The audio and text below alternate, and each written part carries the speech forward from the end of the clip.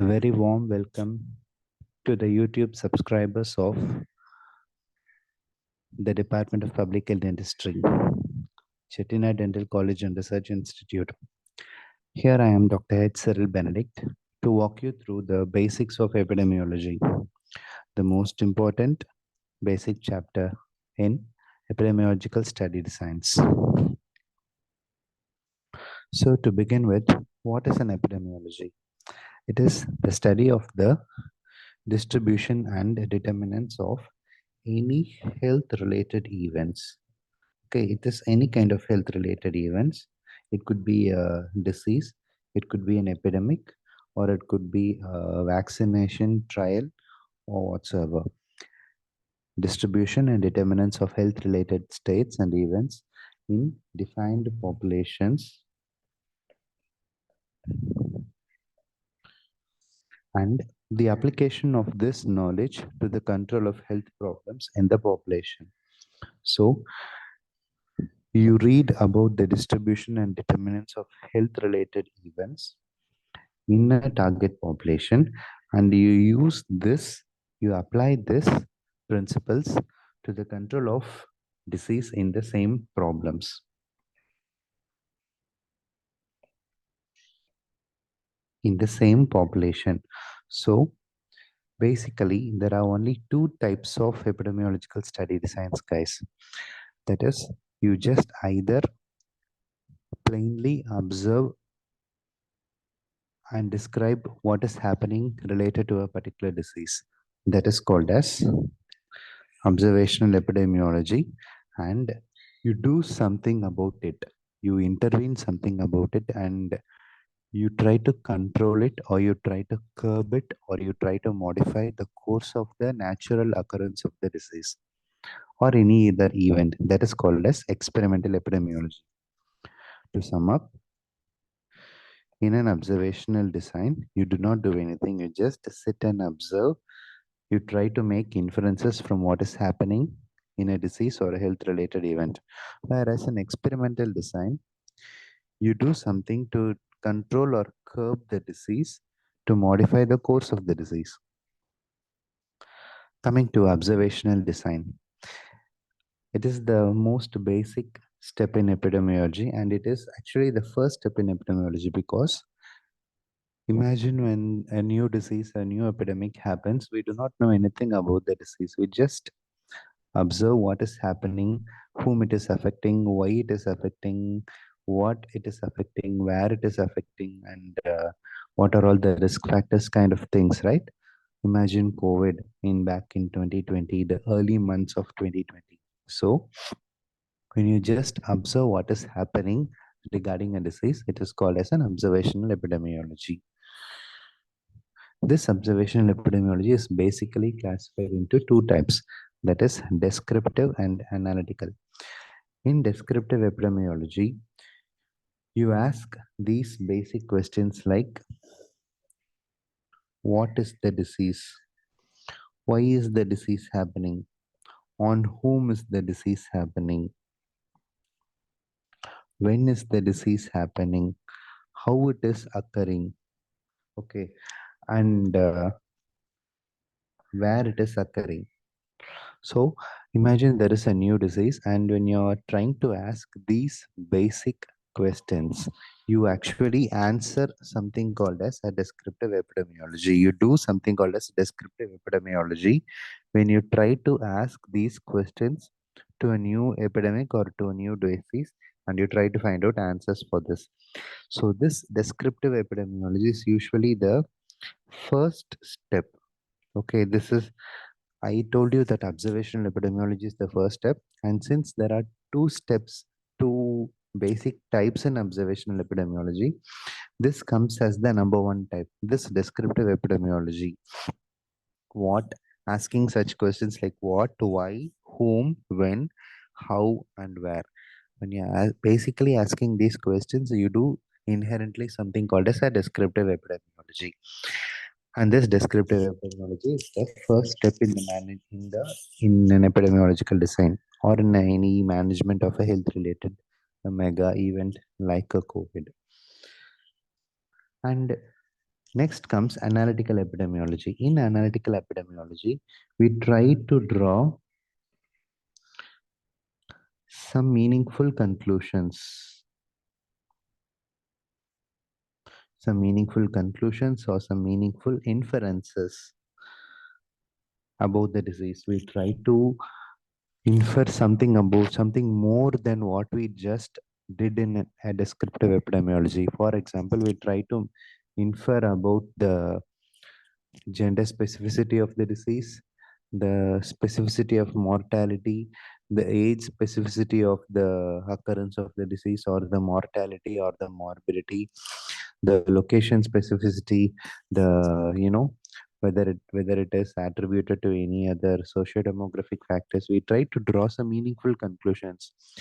For some people, it occurs in a more numbers than compared to others. For example, COVID killed more people who are extremely moribund or morbid due to any systemic illnesses. It did not kill those who were having systemic diseases but were healthy. It killed only those who are completely susceptible to morbid conditions after having systemic diseases. So you do observe in a descriptive epidemiology design, but then you do not just sit by making some observations. You do some inferences, right? So when you do some inference, when you conclude something, okay, when you conclude something, it is called as an analytical epidemiology. So basically, guys, both this descriptive and analytical epidemiology mean the same. They do just observe. But what is the difference between them? The main difference between them is in descriptive epidemiology, there is no comparison. Whereas in analytical epidemiology, we do compare. We do compare between gender, we do compare between ethnicity, we do compare between age groups, we do compare between whatever ways possible are available to us. Okay. So we have seen what is called as descriptive epidemiology and we have seen what is called as analytical epidemiology. This analytical epidemiology is further classified into multiple study designs called as cross-sectional.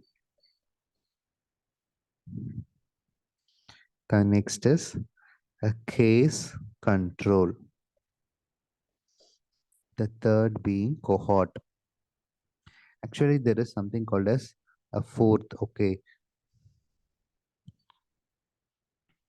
But the psychological study design is the weakest study design that gives the weakest evidence. So we usually do not comment on it. We usually comment only on the first three that has the moderate to the strong evidence being given from an analytical study design. So basically, there are four types. Ecological design in an analytical study being the weakest. Then the strength rises from this to here. Cross-sectional study, there is a mild evidence. Case control, somewhat moderate evidence. And cohort study, somewhat of a strong evidence. See, these are just mnemonics that we prefer. Okay, there is no golden hard and fast rule that case control study gives only moderate evidence which is less than cohort study. There is nothing like that, but it is the usual way, it is the usual level of evidence that is being observed. Okay, so coming to the final thing, that is experimental study design in an epidemiology. See, in an epidemiology, we saw something called as observational being divided into two types. And similarly, we are next now coming to experimental study design. This experimental study design is also divided into two types. But first, we have to see what is an experimental design, right? I remember I told you that you do not just sit and observe a study design, I mean, a health related event. You do something about it, you intervene it, you modify, you try to modify it. That is called as an experimental study design. In experimental study design, you give something to one group, you withheld something from another group, or You give one form of new treatment, a novel treatment to curb the disease in one group. You give the standard treatment in another group, or you do not treat one group only and you try to treat one another group. Though the last thing that I said is not ethical anymore or not followed anymore, basically you do something. Okay, so in an experimental study design, there are basically two types, that is randomized and non-randomized. So considering that there are setting up a basic example, that there are two groups. Okay, one group receiving standard therapy, standard or a gold standard therapy, and another disease group receiving a new therapy. So whose honest is it to allocate patient to either of the groups? This question is answered by something called as randomization. If you do not allocate them to any of the group, if they are allocated randomly, then it is called as a randomized clinical trial or a randomized controlled trial. Okay, the first and the most important and the most popular and the most evidence-based design is randomized controlled design. That is,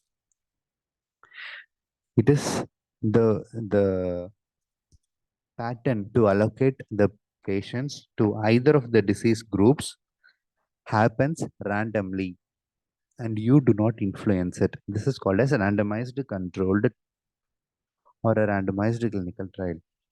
When you do not randomize it, or when there is no need to randomization, or when there are special technique cases where randomization cannot logically happen.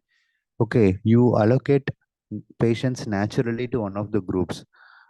Okay, there is no possibility for randomization, or there is no requisite for randomization, or it is unethical to randomize. So in such cases, you do not randomize into any of the groups. One group will be definitely getting the standard therapy. Another group will only get the new therapy default. So such is called as a non-randomized design.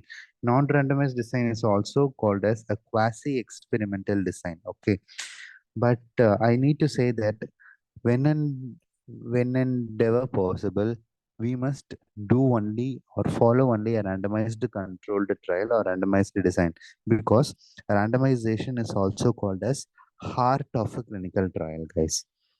So we have just seen the very basics of the types of epidemiological designs. In further videos, we will be dwelling deep into the subtypes of observational study and subtype of experimental study designs. Thank you.